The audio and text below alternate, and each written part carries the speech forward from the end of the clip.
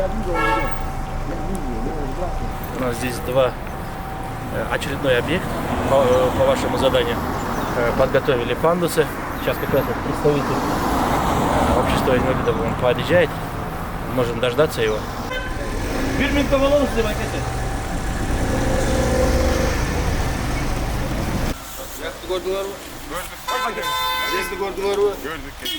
Мына қазір бізде бияқта іс-шара болып атады да, біз бияқта мына инвалид колясочник келді де, ошону біз бияқта іс-шара жүргізөлүп десе, сіздер ұсып тұрасыңдар.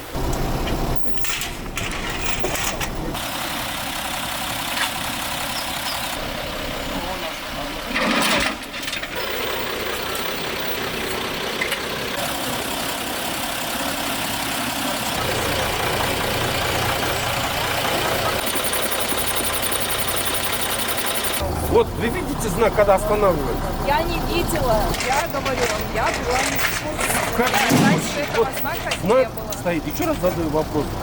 Знак? Как вам объяснить, вы меня не слышите? А что вы хотите? Вы когда вот гаишник, вот, инспектор стоит, да? Это нарушение? Да, это наше. Знак стоял? Я была? вот сейчас узнаю от вас, я про вот эти разметки, про вот А этот как вы знак, права я получали? не- Вот я же стоит, Валенсия, вот как он, это человек было. колясочник. Он куда должен был поставить? Вот куда он должен встать и остановиться? Бірінші жолы ушундай пандус жок. Майып болгон адамдар Шарт түзүш керек силерге. Шарт түзүп бергениңиздерге рахмат мэрия тарабынан. Разрешить. Я на самом деле благодарен. У нас это самая основная проблема еще в плане парковок. Культура вождения.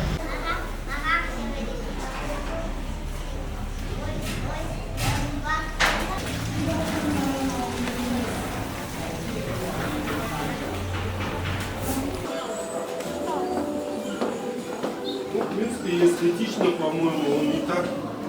Ничего вам не испортил, опять же. Жок, жакшы болду. Анан майыптыгы бар адамдар үчүн негизи бул негизги шарттар түзүлгөн эмес. Бирок ушул жылдан баштап мисалы үчүн ошо мэриянын жардамы менен пандустар курула баштады.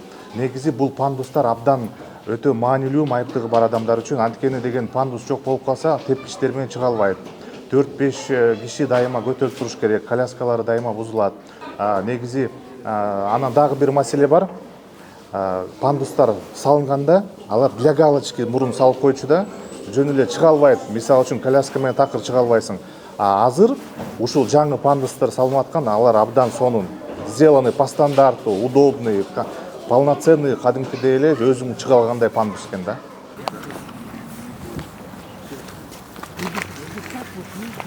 Зови сюда, гаишник. Давай, этот.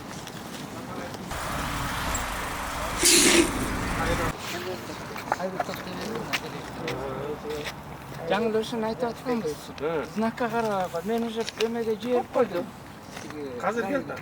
Өткөндө бул жерге эме коюшкан, знак коюшкан да, могу жер тротуар да, мисалы, что машиналар бияка вообще койбосун деп.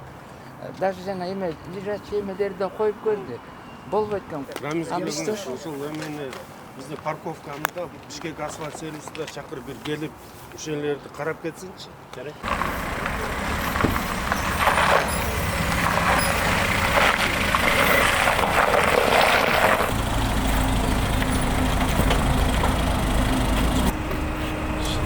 Перезвонишь.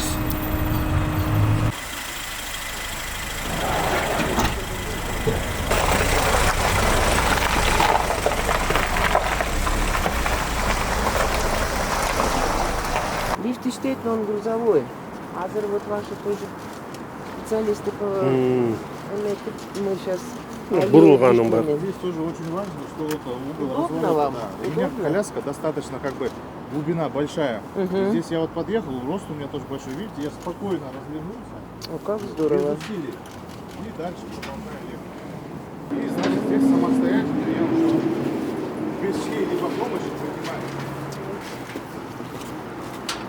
Вот это на самом деле и есть вот к чему Кыргызстан, как страна, которая должна быть таким демократической, свободной и независимой, когда каждый гражданин, как говорится в Конституции у нас, права. и независимо от расы, веры, физического положения, инвалидности, должны быть свободны и равноправны. И мы сейчас стремимся к тому, чтобы люди с инвалидностью были независимые. Мы не хотим, чтобы даже поднимаясь здесь, 5 человек нас поднимало. Мы хотим на равных условиях также приехать в музей, также сходить в кино, также пользоваться общественным транспортом без чьей-либо помощи самостоятельно. Вот в этом и есть принцип независимой жизни. Там сначала еще один памятник. Да, вот, да. Смотрите, здесь даже вообще с легким толчком, вот потихонечку, видите. И еще смотрите, когда снег идет или дождь идет, все туда мимо сетки проходит, и она будет, гололеда не будет. А еще дети иногда в горку превращаются. 2024 жылдан баштап мына кызматка киргенден баштап биз мына жолдорго, инфратүзүмдөргө көп көңүл буруп атабыз да. Ошол эле учурда мына биз Борбор аянтыбызды дагы реконструкция жүргүзүп атканда эң негизги принцип анан жана максатты койгонбуз. Бул деген бизди майыптыгы бар адамдарга толугу менен мүмкүнчүлүк түзүү маселесинде. Мына бүгүн дагы азыр талкуулап атканда айтпадыкпы, мүмкүнчүлүгү чектелген эмес. Бул мына чөйрө айланасы бар, мына мүмкүнчүлүгү чектеп. Биз эгер шарт түзбөсөк, ошондо биз ошондой акыбалга апарабыз да. А бирок бүгүнкү күндө биз мына азыр түшүнүгү дагы алмашып аттыр. Бул жакшы көрүнүштөрдүн бири жана мен ойлойм бүгүнкү күндө коомго дагы мындай түрткү берчү нерсе да. Майыптыгы бар деп биз мүмкүнчүлүгүн чектебеш керекпиз. Тескерисинче биз деген толугу менен бүт биздин Бишкек шаарынын тургундарына жана конокторуна бирдей шарт түзүш керекпиз. Анан жакшы бир көрүнүштүн бири биз биринчи иретте кыла турган иш-чараларды баары демирчиликтөрдүн алкагында кылып атабыз. Бүгүнкү күндө бул 4-чү объект. Баары коомдук жайларды тандаганбыз. Мына бул музей, сейтек, филармония ушунда болгон жайларды ушундай шарт түзүү максатында. Анан бул иш улантылат. Красивый, эстетичный. Прямо сразу сможете туда.